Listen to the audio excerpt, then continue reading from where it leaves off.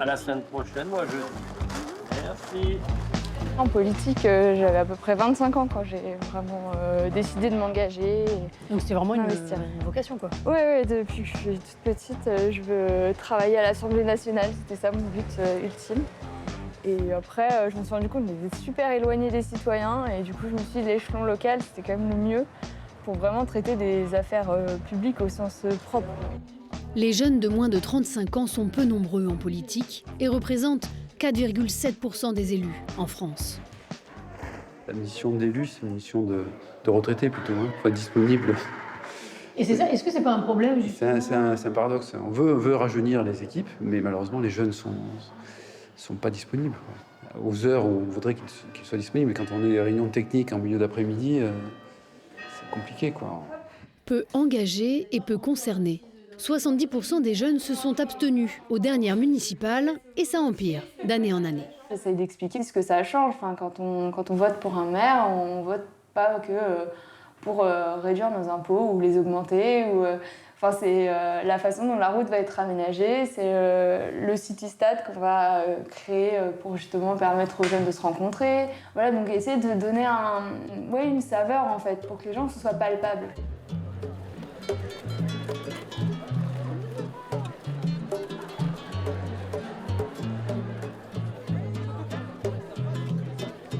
Pour moi, je trouve que la politique, c'est extrêmement complexe.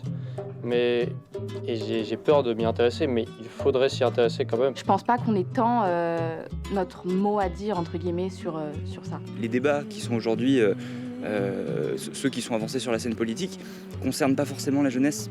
Quand on regarde sur la question des retraites, moi j'ai 21 ans, les retraites c'est pas forcément une question pour moi. Et on parle très peu de l'avenir, donc la question écologique est complètement abandonnée, alors que c'est une conséquence que nous allons vivre. Dans tous les lycéens avec qui j'ai pu parler, il n'y a pas d'abstention en tout cas.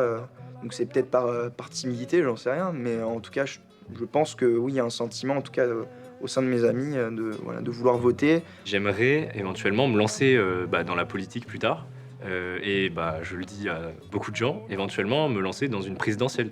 Parce que on ne se sent pas vraiment écouté au niveau national. Et si l'engagement des jeunes commençait par de la démocratie participative? Depuis 2020, un conseil consultatif de la jeunesse a été créé dans cette commune des Alpes-Maritimes. Skatepark, salle des jeunes, en 4 ans, 2 projets ont pu aboutir. Le but de la salle des jeunes, c'est vraiment que les jeunes se rejoignent, se retrouvent, fassent des nouveaux liens sociaux, se fassent connaissance, quoi. Est-ce que ça a été difficile de se mettre d'accord sur les besoins, les espaces, le budget? On part d'une idée, et le but du jeu, c'est qu'on exprime l'idée de la façon la plus libre possible, sans avoir une question de contrainte. Derrière, c'est la mairie qui va nous dire voilà ce qu'on peut faire, voilà ce qu'on peut pas faire, etc. Mais déjà, sur l'idée. Un engagement citoyen qui s'apparente à de la politique, un ensemble de décisions prises en groupe pour l'intérêt général. Pour plus tard même, je pense que c'est un bon moyen de voir comment les choses marchent dans la politique, comment on crée des projets, comment faire évoluer les choses et comment faire entendre sa voix pour la suite être un citoyen ou voir travailler dans la politique. Rapprocher les jeunes de la politique, c'est la mission que s'est donnée cette association étudiante, apolitique et apartisane. Chacun doit être dans son rôle. Un parlement, c'est pas une somme d'individus, c'est aussi des groupes. Lors des conférences, on fait en sorte que la conférence soit très interactive et les jeunes puissent s'exprimer librement, poser des questions librement aux politiques, casser ce côté assez pessimiste des jeunes envers la politique. On a remarqué que lorsque l'on faisait des vidéos assez courtes sur Instagram ou même TikTok, ça fonctionne plutôt bien. On utilise les musiques tendances, les montages un petit peu tendance et ça attire les jeunes. On n'imagine pas forcément faire de la politique à travers les réseaux sociaux, mais aujourd'hui, il faut s'adapter, donc on se prête au jeu. Faire société. Organiser l'activité peut se découvrir à l'échelle d'un établissement scolaire. Cet étudiant en prépa art participe au conseil d'administration du lycée. On la met au-dessus à côté de celle-ci. Hein. On découvre une face cachée de l'établissement. On se rend compte que qu'un lycée, c'est comme une petite ville, hein, c'est extrêmement bien dirigé. Dans une autre salle, c'est le conseil de la vie lycéenne qui se réunit. Les adolescents sont élus pour 2 ans.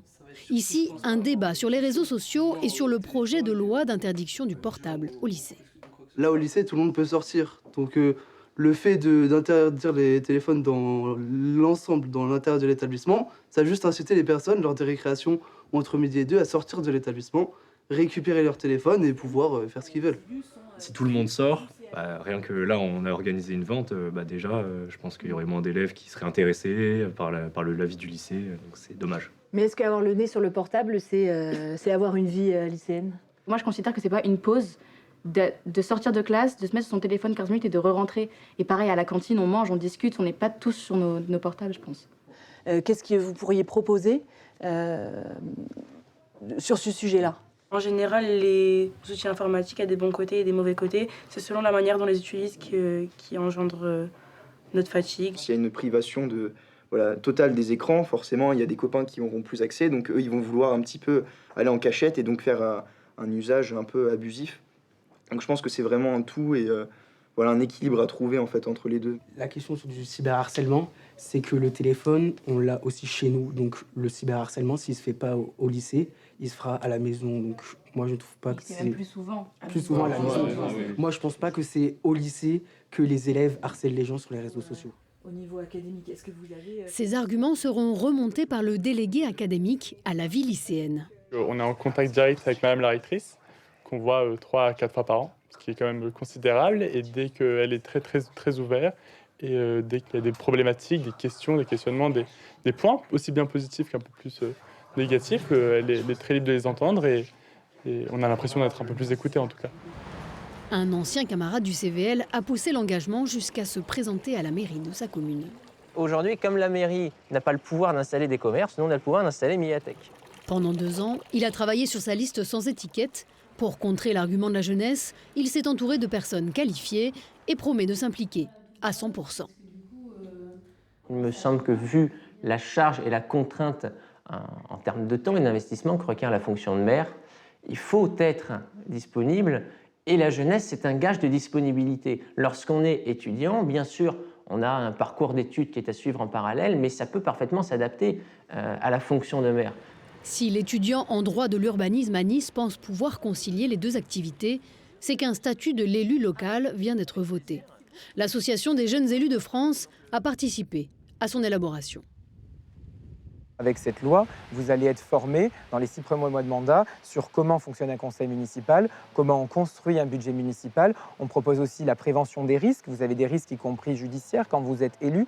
Et donc ça, ce sont des choses à connaître dès l'entrée du mandat pour tous les primo-élus, qu'ils soient jeunes, moins jeunes, de la majorité, de l'opposition. La loi, entrée en vigueur en février 2026, permet aux jeunes élus de faciliter leur implication dans la vie politique. Mieux représentés, plus impliqués, les jeunes seront peut-être plus enclins à aller voter pour les élections municipales et ainsi à infléchir la courbe de l'abstention.